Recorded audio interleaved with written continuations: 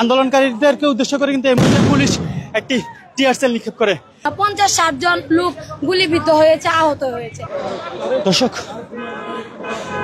এই মুহূর্তে আমরা দেখতে পাচ্ছি আসাদ গেটের প্রবেশ মুখে পুলিশ এবং আন্দোলনকারীরা মুখোমুখি অবস্থানে রয়েছেন। মোহাম্মদপুরের যে প্রবেশ পথ আসাদ গেটে, সেই প্রবেশ পথের ভিতরে অবস্থান নিচ্ছেন এই মুহূর্তে জুলাই যোদ্ধার আন্দোলনকারীরা এবং প্রবেশ পথের যে প্রধান সড়ক রয়েছে সেই সড়কে অবস্থান নিয়েছেন পুলিশ। এই মুহূর্তে দফায় দফায় জুলাই যোদ্ধাদের সাথে পুলিশের সংঘর্ষ হয়ে যাচ্ছেন। শেষ ঘণ্টাখানেক যাবৎ জুলাই সনদের স্বাক্ষর অনুষ্ঠান শুরু হবে বিকাল 4টার দিকে। সেই স্বাক্ষরকে কেন্দ্র করেই গতকাল রাত থেকে বিক্ষুব্ধ জুলাই যোদ্ধারা সংসদ ভবন এরিয়ায় অবস্থান নেয় এবং সকাল 10টার দিকে অতর্কিতভাবে তারা সংসদ ভবনের ভিতরে প্রবেশ করেন। এরপর শান্তিপূর্ণ অবস্থান ছিল বেলা 1টা পর্যন্ত। তারপর সংসদ ভবনের ভিতর থেকে পুলিশের লাঠিচার্জের মাধ্যমে জুলাই যোদ্ধাদেরকে বের করে দেন। এরপরে শুরু হয় সংঘর্ষ। সে সংঘর্ষে শেষ ঘণ্টাখানিক যাবৎ কয়েক দফায় পুলিশ এবং জুলাই যোদ্ধাদের মধ্যে ধাওয়া পাল্টা দেওয়া হয়।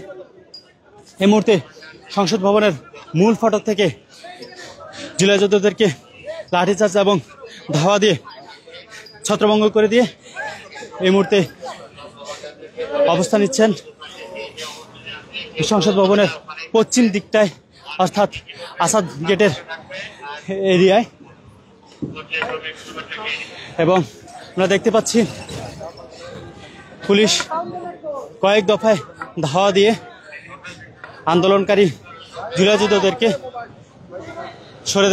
সরিয়ে দেয়। আমরা দেখতে পাচ্ছি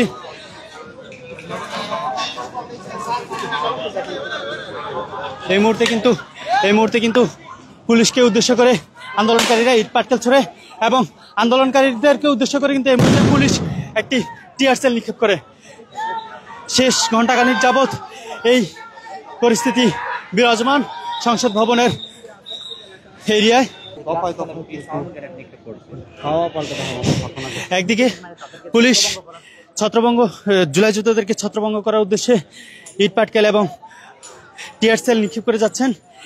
একইভাবে পুলিশকে উদ্দেশ্য করে কিন্তু জুলাই যোদ্ধা যারা আন্দোলনকারী রয়েছে এখানে, তারাও কিন্তু পুলিশকে উদ্দেশ্য করে ইট পাটকেল ছুড়ে যাচ্ছেন। সংসদ ভবন এবং তার আশেপাশের এলাকা পুলিশ এবং আন্দোলনকারীদের দফায় দফায় সংঘর্ষের একটি রণক্ষেত্রে পরিণত হয়েছে। যেমনটি আমরা দেখেছিলাম জুলাই আন্দোলনের সময়, একই রকম পরিস্থিতি এই মুহূর্তে এখানে সৃষ্টি হয়েছে। জুলাই যোদ্ধাদেরকে কিন্তু প্রাথমিকভাবে কিন্তু লাঠিচার্জ করে কয়েকজনকে আহত করেছে পুলিশ এবং সেই ক্ষোভে কিন্তু জুলাই যোদ্ধারা পুলিশকে উদ্দেশ্য করে ইট পাটকেল ছোড়েন এবং পুলিশের সেখানে অবস্থান করা যে পুলিশের গাড়ি ছিল, বাস ছিল, সেগুলো ভেঙে দেয় এবং আগুন ধরিয়ে দেওয়ার চেষ্টা করেন। এরপর পুলিশ কিন্তু আন্দোলনকারীদেরকে, বিক্ষুব্ধ জুলাই যোদ্ধাদেরকে উদ্দেশ্য করে কয়েক দফায় সাউন্ড গ্রেনেড এবং টিয়ার সেল নিক্ষেপ করে।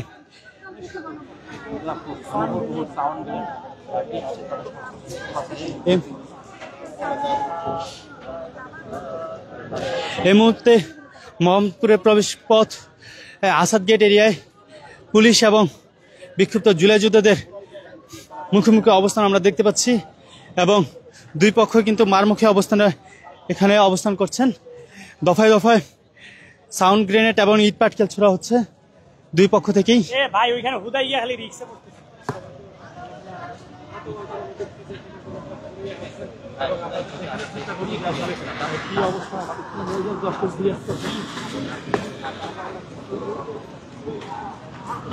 এখানে একজন আন্দোলনকারী জুলাই যোদ্ধা, তার কথা শুনবো।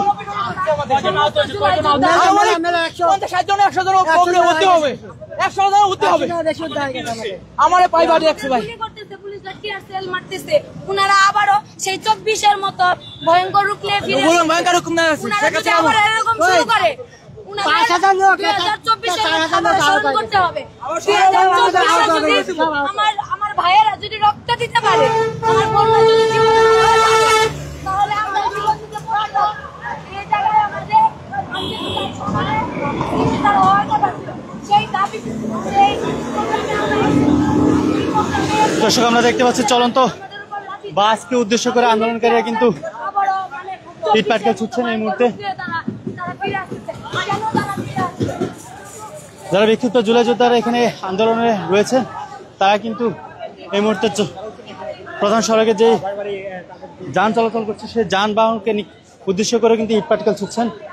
আমরা দেখতে পাচ্ছি বাসকে ফিরে নেওয়ার চেষ্টা করছেন চালক, এবং এই মুহূর্তে আসাদ গেটের যেই এলাকা রয়েছে সেই আসাদ গেটের এরিয়াটাতে আন্দোলনকারীরা আমাদের যেটা ন্যায্য দাবি আজকে ছিল সেটা যে জুলাই সনদ আপনার আইনি ভিত্তি, তার কিছুই করে নাই। যে সব কিছু করার কথা ছিল ইউনুস কিছুই করে নাই। ইউনুস একটা দালাল, আগে হাসিনা করেছে ইন্ডিয়ার দালালি, ইউনুস করতেছে আমেরিকার দালালি।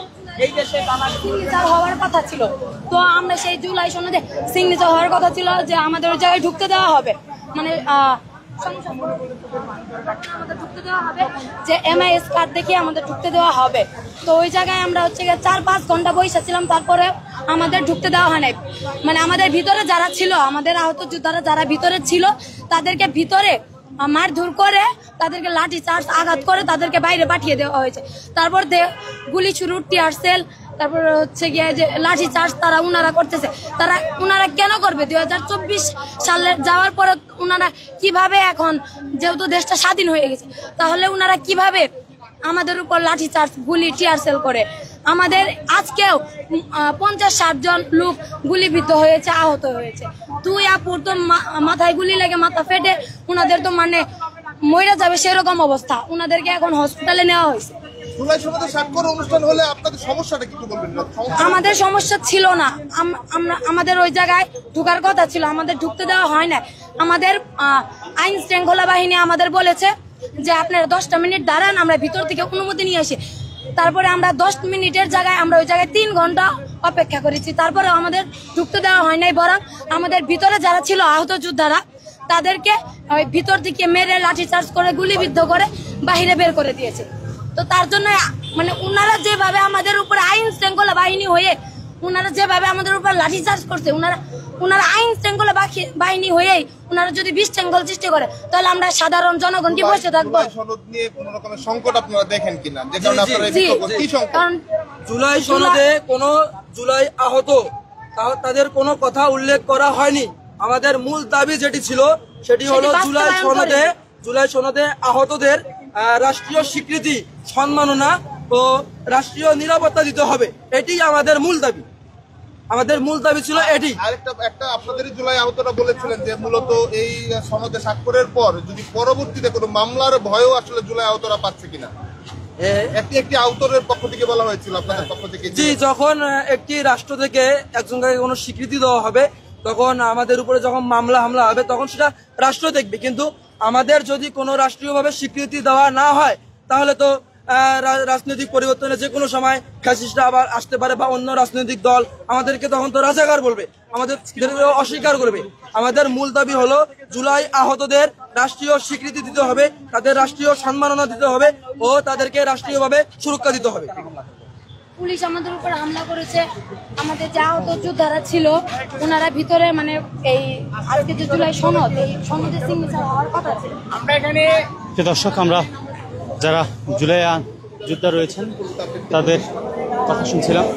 তাদের আজকে জুলাই সনদ স্বাক্ষরের দিনে তাদের এখানে অবস্থানের কারণ জানছিলাম, এবং এই মুহূর্তে কিন্তু পরিস্থিতি কিছুটা স্বাভাবিক দেখা যাচ্ছে।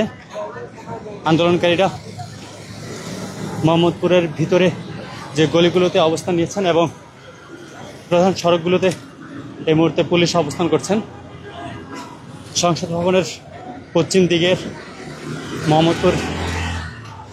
মোহাম্মদপুরের যেই প্রবেশপথ, সেই প্রবেশপথের মুখগুলোতে পুলিশ এই মুহূর্তে অবস্থান নিয়েছেন, এবং পুলিশ কিন্তু আমরা দেখতে পাচ্ছি সংসদ ভবনের চারিদিকে সতর্ক অবস্থানে রয়েছেন, এবং ছত্রভঙ্গ করে দেওয়া জুলাই যোদ্ধাদেরকে কিন্তু সংসদ ভবনের বিভিন্ন দিক দিয়ে তাদেরকে ছত্রভঙ্গ করে দেওয়া হয়েছে। সবশেষ এই মুহূর্তে সংসদ ভবনের পশ্চিম দিকের যেই মোহাম্মদপুরের প্রবেশপথ আসাদ গেট, সেই আসাদ গেটের প্রবেশপথের সামনেই পুলিশরা অবস্থান করছেন এবং ভিতরে গলিগুলোতে জুলাই যোদ্ধারা অবস্থান নিয়েছেন। সবশেষ পরিস্থিতি এই মুহূর্তে দেখানোর চেষ্টা করেছি আমি বিলাল হোসেনের সাথে। সবার আগে সর্বশেষ সংবাদ পেতে বাংলা নিউজের সাথে যুক্ত থাকুন, চোখ রাখুন বাংলা নিউজের ফেসবুক পেজ এবং ইউটিউব চ্যানেলে।